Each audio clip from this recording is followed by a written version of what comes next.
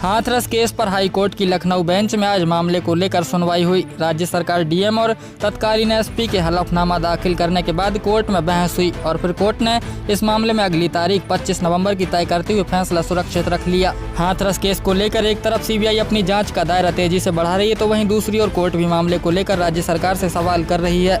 Allahabad high court की Lucknow bench में आज 2.5 घंटे तक कोर्ट रूम में बहस का दौर चला। राज्य सरकार की ओर से गृह सचिव तरुण गाबा और एडीजी कानून व्यवस्था प्रशांत कुमार ने हलफनामा दाखिल किया, तो वहीं हाथरस के डीएम प्रवीण कुमार लश्कर और तत्कालीन एसपी रहे विक्रांत वीर ने अपना हलफनामा कोर्ट में अलग अलग दाखिल किया। कोर्ट ने मामले की अगली सुनवाई 25 नवंबर को तय करते हुए कोर्ट ने अधिकारियों को पेश होने पर हाजिरी माफीनामा भी दे दिया है। देखिए जिला ब्यूरो चीफ संध्या सिंह की है खास रिपोर्ट।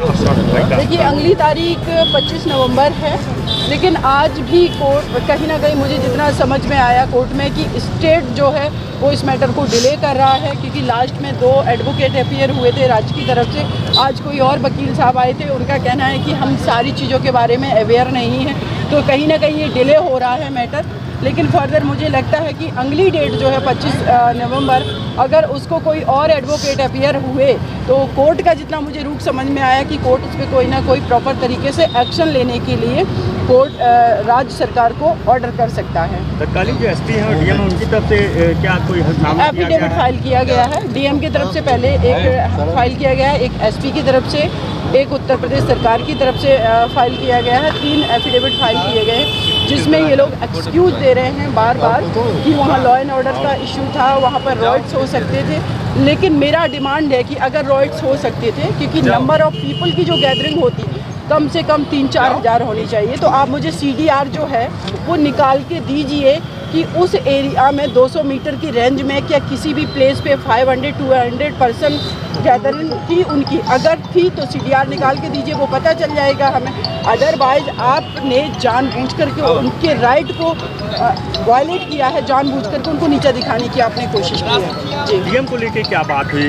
हटाने की डीएम को लेकर के यही बात हुई है कि डीएम उनका कहना है कोर्ट का कि SIT की एंड CBI की रिपोर्ट जब आ जाएगी तो उसके बाद वो रिपोर्ट में क्या बताते हैं कि एक्चुअल में नेग्लिजेंसी हुई है, इन्होंने क्राइम के दिन आफ्टर एक्शन लिया है। क्या सरकार की तरफ से कुछ बोला गया कि हटाएंगे या क्या? नहीं, सरकार की तरफ से बोला गया है कि हम उनको ट्रांसफ़र कर देते हैं, तो ट्रांसफ़र कोई पनिशमेंट नहीं है, ये तो नॉर्मल रूटीन में होता रहता है। ऑफिसर्स का इस तरीके का कैसे स्टेटमेंट दे रहे हैं मुझे नहीं समझ में आ रहा है। लेकिन मेरा अपना जो ओपिनियन है, मेरी अपनी जो डिमांड है वो अभी भी यही है कि सिर्फ सस्पेंशन नहीं, टर्मिनेशन चाहिए।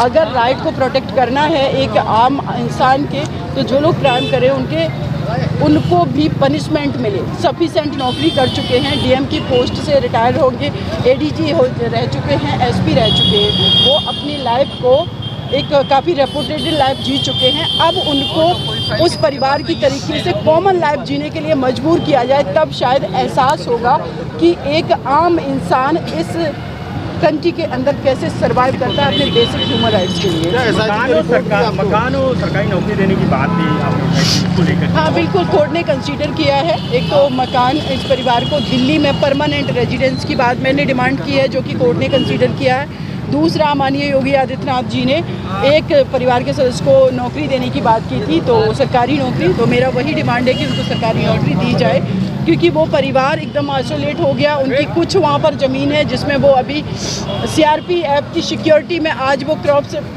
वहाँ पर जला रहे हैं, उखाड़ रहे हैं या उसका यूज करें, उसके बाद क्या होगा? तो उनके घर में छोटी बच्चियाँ हैं, तो लोगों का कहना है कि बाद में जब वो बच्चियाँ बड़ी होंगी तो वो उनको टारगेट करेंगे। एक सिंगल परिवार अगर 1000 की पॉपुलेशन में अकेला पड़ेगा, वो दिन रात तो वो वैसे ही मेंटली डिस्टर्ब होकर के वो लोग सुसाइड कर लेंगे, कुछ भी कर लेंगे, तो उनको सेफ सिक्योर जगह पे रखा जाए। Thank you so much. DM साहब पेश हुए? जी नहीं, आज डीएम साहब पेश नहीं हुए। जी, थैंक यू सो मच।